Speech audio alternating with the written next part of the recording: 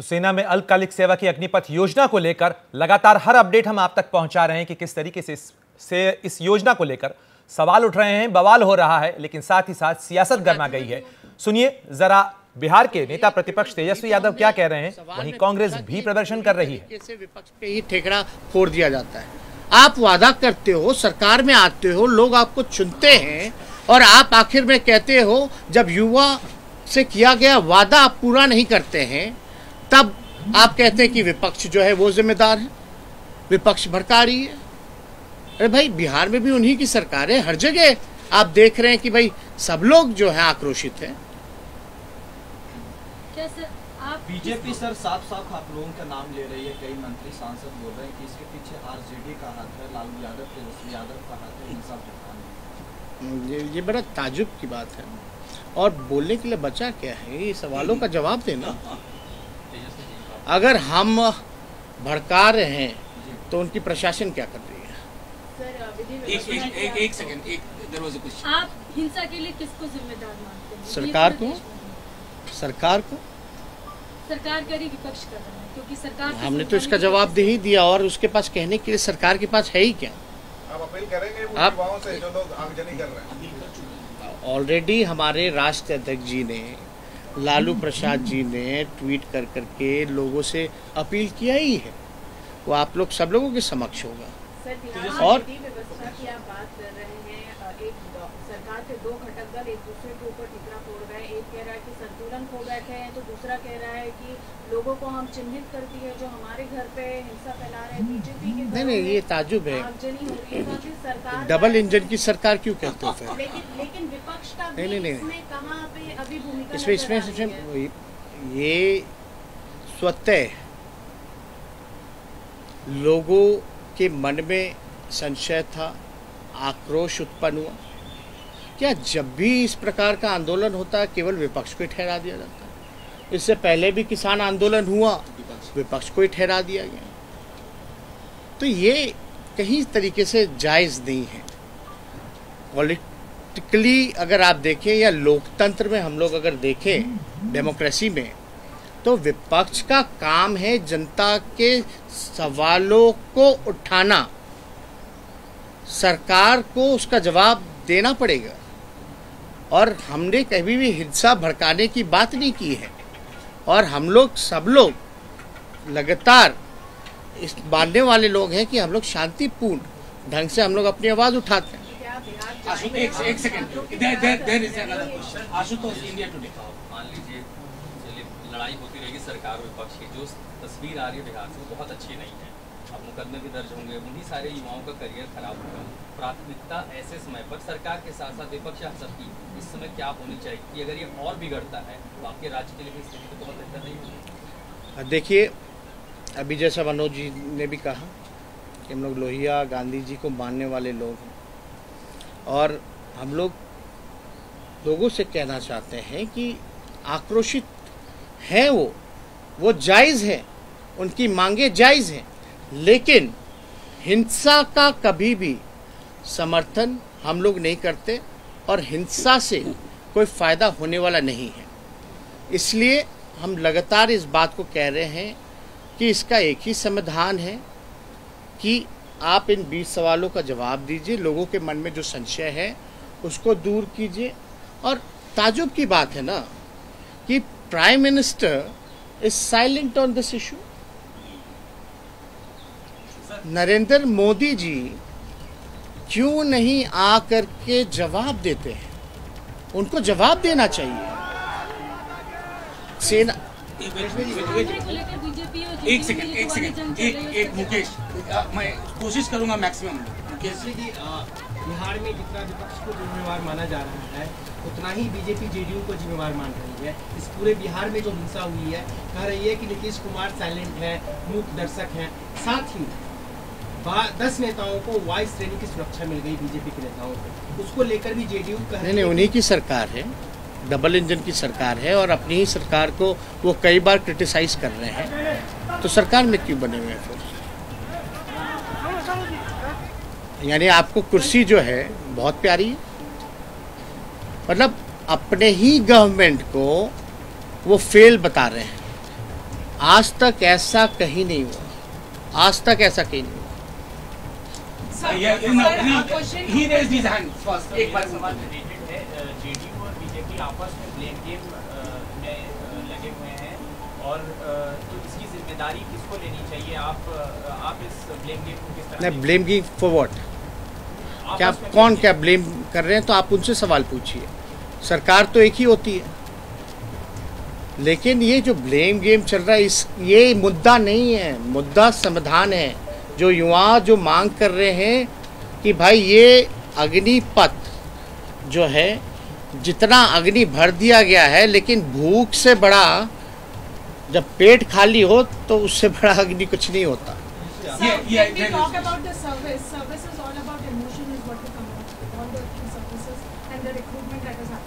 Amidst of such emotion, how is it possible that the same youngsters are over here vandalizing the nation's property and trying to with the whole rage, they're trying to go ahead with fighting everything? I thought you were going to criticize the government, but you criticizing the youth of this country. Probably. आपको ये control करना चाहिए ना सरकार को। ये किसकी जिम्मेदारी है? Opposition will take responsibility for it और the government will take responsibility for it. ये तो सरकार की जिम्मेवारी है कि हिंसा होने से रोके और हिंसा ऐसा माहौल ना बने उससे रोके, लेकिन सरकार तो बैठी हुई है। We are not hearing anything from the prime minister. वही चीज आपसे सवाल है कि क्योंकि विपक्ष अगर लगातार अपील कर रहा है, अलग अलग तरीके से लिख भी रहा है, लेकिन क्या इस मुद्दे को लेकर सरकार से मिलने की कोशिश या विपक्ष को एकजुट करके फिर सरकार के सामने बात रखने की कोशिश आप लोगों की तरफ से कोई पहल की जा रही है? नहीं, इसमें तो उनको बात करनी चाहिए।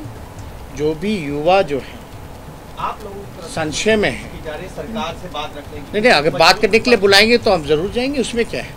सब लोग जाएंगे, विपक्ष के लोग जो है सवाल अपना रखेंगे। एक second there is a question from देखिए जो एक बार पूछ चुके हैं। तो जिसमें दो सवाल है, एक तो युवा जिस तरीके से सड़क पे आए हुए हैं, आप लोगों का एक्शन प्लान कुछ है इस युवा को एक नेतृत्व देने के लिए? क्योंकि मांग की जा रही है योजना वापस लेने की, लेकिन सरकार अपनी तरफ से जो है वो कभी कोटा की बात कर रही है, कभी रियायत की बात कर रही है, तो वापस लेने के मूड में नजर नहीं आ रही। युवा सड़क पे है, तो ऑपोजिशन पार्टी स्पेशली में आरजेडी और आपकी भूमिका पूछूंगी, क्योंकि बिहार में ज्यादा इसका विरोध हो रहा है। आप लोगों का एक्शन प्लान क्या है, एक? और दूसरा, जो बिहार में लॉ एंड ऑर्डर का सिचुएशन है, बीजेपी के नेताओं को सुरक्षा देनी पड़ रही है, ट्रेनें नहीं चल रही हैं, मुख्यमंत्री नीतीश कुमार की भूमिका पर आप क्या कहेंगे? देखिए, पहली बात, लोगों ने सरकार के सामने बातें रख दी हैं और इस बिल में भी लगता है 2 बार जो है अमेंडमेंट हो चुका है, 2-3 बार जो है अमेंडमेंट ऑलरेडी हो चुका है। क्या क्या सवाल हैं, क्या क्या युवाओं के मांग हैं, द गवर्नमेंट इज अवेयर। आप उस पॉइंट पे आपने कोई जवाब ही नहीं दिया, कोई क्लैरिटी सी नहीं दिया। कोई टेक्निकल सवाल जो आज हमने पूछा उसका हम उम्मीद करते हैं कि आप लोगों के माध्यम से सरकार तक इस बात को पहुंचाएं और पूरी हमें विश्वास है कि आप जवाब लेकर के आएंगे। लेकिन ताज्जुब होता है कि आप जब केंद्र मिनिस्टर राजवर्धन राठौर जी ओलंपिक गोल्ड मेडलिस्ट हैं और सेना में वो सर्विस भी दे चुके हैं। मेरा जहाँ तक मानना है, कुछ दिन उन्होंने पहले वीडियो बनाया था कि ये योजना जो है बहुत ही सफल है, बहुत ही अच्छा है। हमको लगता है कि उन पे थोपा गया। जो बीजेपी हेडक्वार्टर से दिया जाता है वो काम वही करते हैं, वो सब लोग जानते हैं। एक मैसेज डाल दिया जाता है, भैया आपको ये कंटेंट बोलना है, आप ये बोलिएगा। उसमें क्या बोला उन्होंने? 12 लाख 4 साल में कोई युवा इस देश में 12 लाख कमा सकता है? वो देश के लिए वो जान देने जा रहा है, वो युवा सर्विस देने जा रहा है, भारत माता की रक्षा कर रहा है, और आप जैसे कह रहे हैं कि बड़ा कृपा कर रहे हैं उसको 12 लाख देने का। हम तो कहते चले जाए कोई बीजेपी का नेता बॉर्डर पे चला जाए, हम लोग भी उसको 24 लाख रुपया देंगे, जाकर के दिखाए। ये क्या भद्दा मजाक है? तो हमको जहाँ तक लगता है राठौर जी को ऊपर से जो ऑर्डर आया वो उसका पालन करना है। Should we call up now? नहीं, he has a question. Yashvi जी, नीतीश कुमार जी से आपका कहा जाता है कि कलेक्टर एफर्ट आपका अच्छा सुना, so will he take lead and speak to the prime minister on this issue? नहीं, this is a irrelevance question, कोई मतलब नहीं है इस सवाल का। जो चीफ मिनिस्टर है बिहार के, उनको इस पर कुछ नहीं बोलना चाहिए कि विपक्ष की तरह वो साइलेंट हो जाए? अब आप ही लोग सवाल पूछे कि डिफरेंसेस हैं उनमें, एक दूसरे को ब्लेम कर रहे हैं। बातें जो हैं वो तो सबके सामने हैं ही। क्या चीज़ का रिस्पॉन्सिबिलिटी लेना चाहिए, बात करना चाहिए। अरे देश के जो नौजवान हैं जो ट्रेनिंग कर रहे हैं, आप हर राज्यों से एक डेलीगेशन मंगा लीजिए उनका और उनसे बात कर लीजिए। सरकार अपना प्रतिनिधि जहाँ जहाँ ट्रेनिंग होते हैं, जहाँ जहाँ तैयारियाँ होती हैं वहाँ भेज दे, लोगों से बात कर ली। इनका सवाल था, नहीं इनका सवाल था। आप दो एक सवाल पूछ चुके हैं। नो प्लीज इधर एक सवाल आप लीजिएगा। सर, कई लोगों ने ये आरोप लगाया कि 4 साल में वैकेंसीज निकालो और रिजर्वेशन जैसे मुद्दे पर हमला बोलो। क्या आपको लगता है कि ऐसे वैकेंसीज निकालकर रिजर्वेशन को खत्म करना चाह रही है सरकार? आरएसएस का तो हिडन एजेंडा है। मेरे ख्याल से सब लोग जानते हैं आरएसएस का क्या हिडन एजेंडा है। और रेलवे में अगर रेलवे को प्राइवेटाइज कर दिया गया, हर चीज़ को जो है प्राइवेटाइज किया जा रहा है, तो ऑटोमेटिकली वो ख़त्म हो रहा है। और जहाँ तक ठेकेदारी प्रथा से ये काम किया जा रहा है, तो इस पे सवाल तो उठता है। अगर सरकार इस पे स्पष्टीकरण देना चाहती है तो दे दो। Thank you. Sir, is there a deadline to these 20 questions? ये ऐड हो जाएगा 20 Document or some kind of नहीं, डेडलाइन ना, it's your responsibility to get answer now. Take the deadline. Thank you so much. Thank. No, genuinely, it was a committed response. There is a request to all of you. एक छोटी सी लस्सी होगी और पानी होगा। Don't go without having that. चलें। बहुत अच्छा। तो आप सुन रहे थे किस तरीके से बिहार में विपक्ष के नेता तेजस्वी यादव सवाल उठा रहे थे अग्निपथ योजना को लेकर। लेकिन बिहार के मुख्यमंत्री नीतीश कुमार को लेकर जब सवाल पूछा गया, कानून व्यवस्था को लेकर सवाल पूछा गया, तो गलियारा लेकर निकल गए तेजस्वी यादव। एक बार फिर आपको दिखा देते हैं क्या सवाल उठाए हैं तेजस्वी यादव ने अग्निपथ योजना को लेकर। उन्होंने पूछा है कि क्या अग्निवीरों को 90 दिन की छुट्टी मिलेगी। साथ ही उन्होंने यह भी सवाल पूछा कि क्या सैन्य अधिकारियों पर भी नियम लागू होगा। तो ये तमाम सवाल तेजस्वी यादव ने उठाए हैं। लेकिन फिलहाल बीजेपी पर गरम और जेडीयू पर नरम नजर आए तेजस्वी यादव।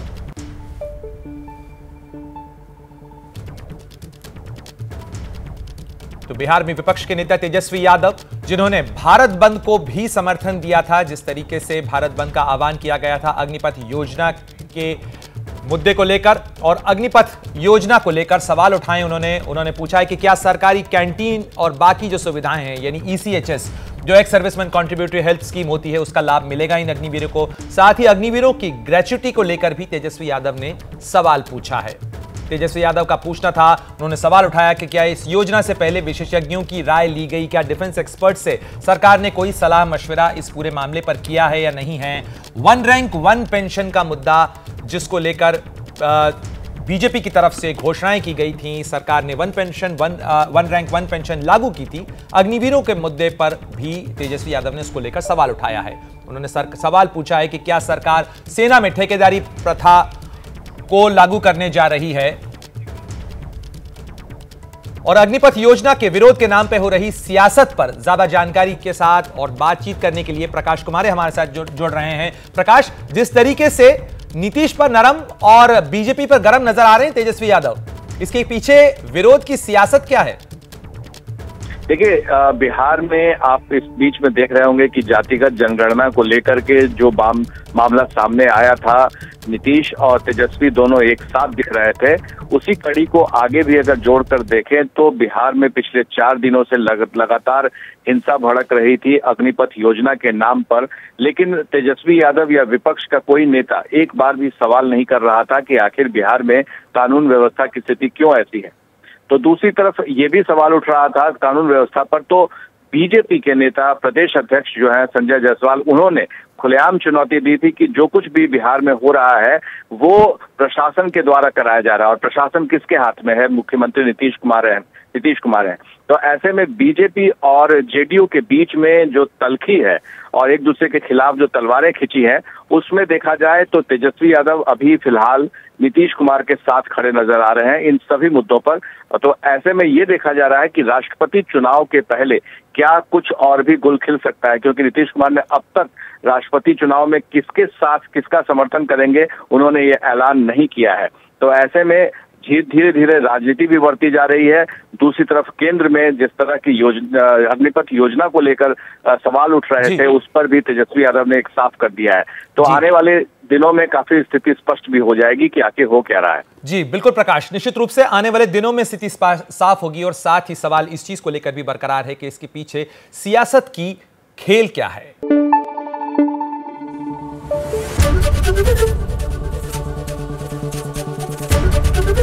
एबीपी न्यूज आपको रखे आगे।